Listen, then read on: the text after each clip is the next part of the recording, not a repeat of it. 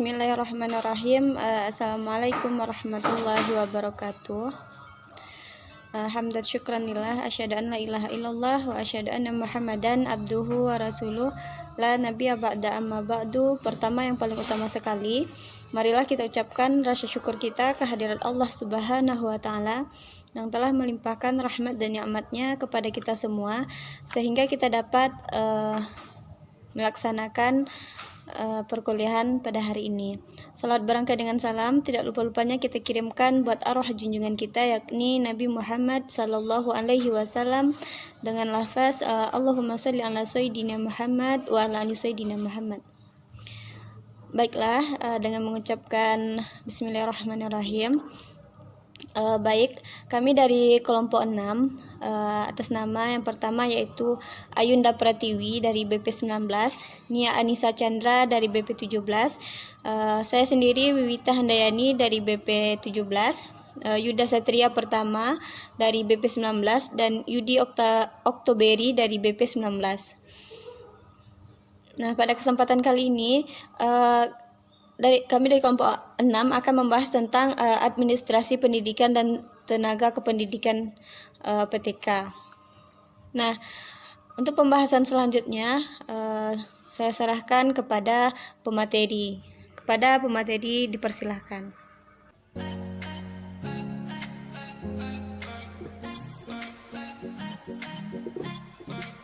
Baik, saya akan membacakan materi yang pertama, yang A, pembinaan dan pengembangan PTK.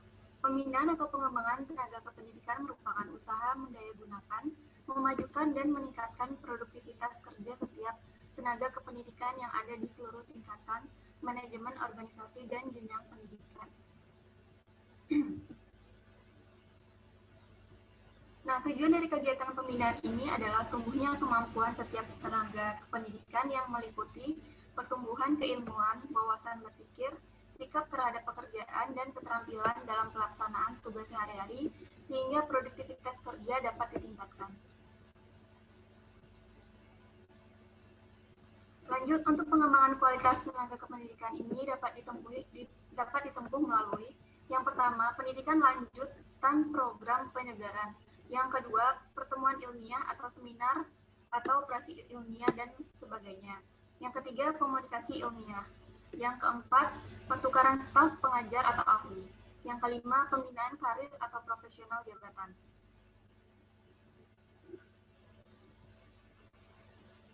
Yang B, kenaikan pangkat PTK. Setiap individu memiliki hak untuk mendapatkan kenaikan pangkat jika sudah memenuhi syarat-syarat yang dibutuhkan untuk kenaikan pangkat itu. Adapun kenaikan pangkat pegawai negeri sipil diberikan kepada ketentuan sebagai berikut. Yang pertama, sekurang-kurangnya 4 tahun dalam pangkat yang sandang dan setiap unsur DP3 sekurang-kurangnya memperoleh nilai baik dalam tahun terakhir. Yang kedua, sekurangnya 5 tahun dalam pangkat yang dimiliki setiap unsur DP3 sekurang-kurangnya bernilai cukup dalam tahun terakhir. Lanjut, ada beberapa jenis-jenis kenaikan pangkat. Yang pertama, ada kenaikan pangkat reguler, kenaikan pangkat pilihan, kenaikan pangkat istimewa. Keempat, kenaikan pangkat pengadilan. Seterusnya, kenaikan pangkat anumerta, kenaikan pangkat dalam tugas belajar, kenaikan pangkat menjadi pejabat negara, kenaikan pangkat dalam penugasan di luar instansi, kenaikan pangkat dalam wajib militer.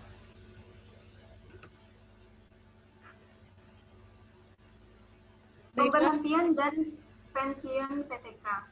Pemberhentian pegawai negeri sipil adalah pemberhentian yang menyebabkan yang bersangkutan tidak lagi berkedudukan sebagai pegawai negeri sipil. Pensiun sendiri adalah penghasilan yang diterima setiap bulan oleh seseorang bekas pegawai yang tidak dapat bekerja lagi untuk membiayai kehidupan selanjutnya agar tidak terlantar apabila tidak berdaya lagi untuk mencari penghasilan yang lain.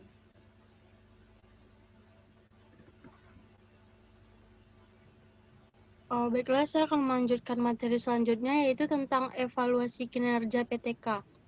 Evaluasi kinerja guru atau tenaga pendidik merupakan sebuah sistem pengelolaan kinerja berbasis guru yang dibuat untuk menilai atau mengevaluasi tingkat kinerja guru secara individu dalam rangka mencapai kinerja sekolah secara maksimal yang berdampak pada peningkatan prestasi peserta didik. Selanjutnya, pada umumnya, tujuan pelaksanaan evaluasi kinerja guru atau tenaga pendidik ialah sebagai berikut. Yang pertama, menentukan tingkat kompetensi seorang guru. Yang kedua, meningkatkan efisiensi dan efektivitas kinerja guru dan sekolah. Yang ketiga, menyajikan suatu landasan untuk pengambilan keputusan dalam mekanisme penetapan efektif atau kurang efektifnya kinerja guru. Yang keempat, menyediakan landasan untuk program pengembangan keprofesian berkelanjutan bagi guru. Yang kelima, menjamin bahwa guru melaksanakan tugas dan tanggung jawabnya. Yang terakhir yaitu yang keenam, menyediakan dasar dalam sistem peningkatan promosi dan karir guru serta bentuk penghargaan lainnya.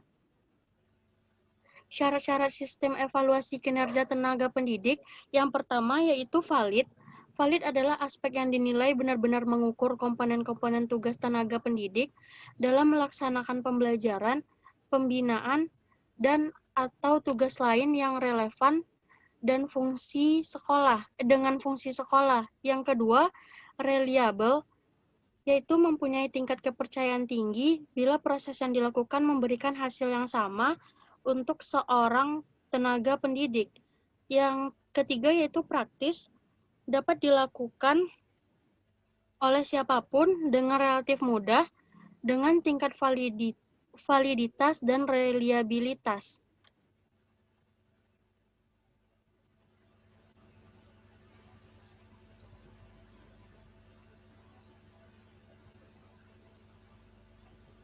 Ya, saya melanjutkan yang E.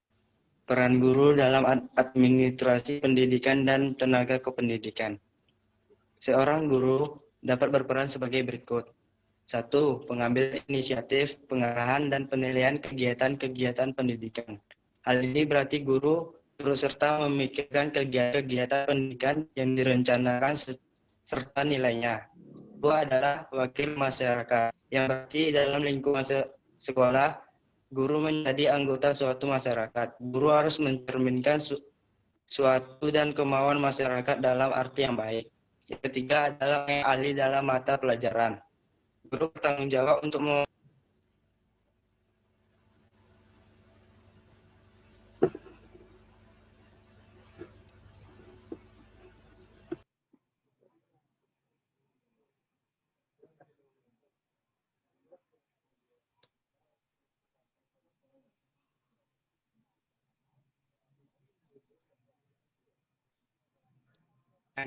dalam disiplin. Guru harus menjaga agar kerjanya disiplin.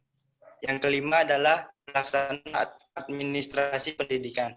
Di samping menjadi pengajar, guru pun bertanggung jawab kelancaran dalam pendidikan dan ia harus melaksanakan kegiatan-kegiatan administrasi.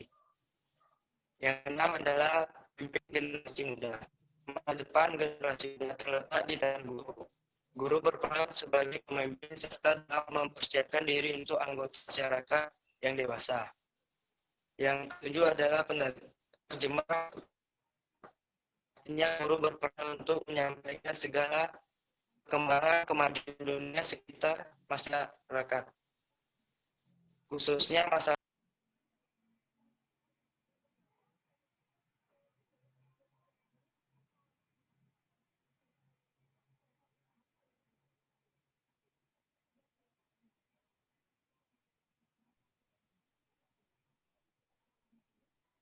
Sekian dari saya kembalikan kepada moderator.